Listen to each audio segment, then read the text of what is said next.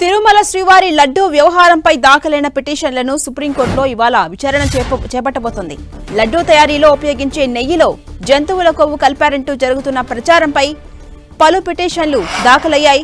YCP MP YV Subba Reddy, BJP senior నేత సుబ్రహ్మణ్య స్వామితో పాటు ప్రముఖ రైటర్ విక్రమ్ సంపత్ పిటిషన్స్ దాఖలు చేశారు. జస్టిస్ బిఆర్ గవాయ్, కేవి విశ్వనాథన్తో కూడిన ధర్మాసనం ఈ పిటిషన్లను ఒకేసారి విచారించబోతోంది. కోర్టు పర్యవేక్షణలో నిపుణులతో కమిటీ ఏర్పాటు చేసి లడ్డూ ప్రసాదం కల్తీ అంశంపై సమగ్ర దర్యాప్తు జరిపించాలని సుబ్బారెడ్డి పిటిషన్ వేశారు.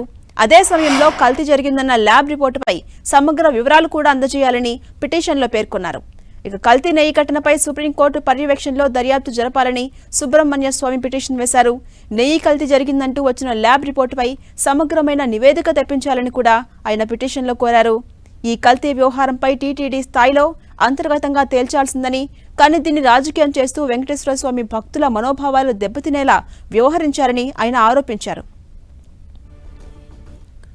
ఇక ప్రభుత్వ సంస్థలు నిర్వహిస్తున్న హిందూ ఆలయాల్లో జవాబుదారీ పాలన అవసరమని, ఆలయాలపై ప్రభుత్వ యంత్రాంగం పట్టు లేకుండా చూడాలని చరిత్రకారుడు ప్రముఖ రైటర్ విక్రమ్ సంపత్ మరో పిటిషన్ దాఖలు చేశారు.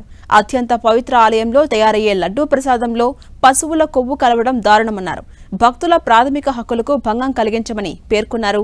ఈ వ్యవహారంపై సుప్రీంకోర్టు సిట్టింగ్ జడ్జి లేదా రిటైర్డ్ జడ్జి పర్యవేక్షణలో విచారణ జరిపించాలని విజ్ఞప్తి చేశారు.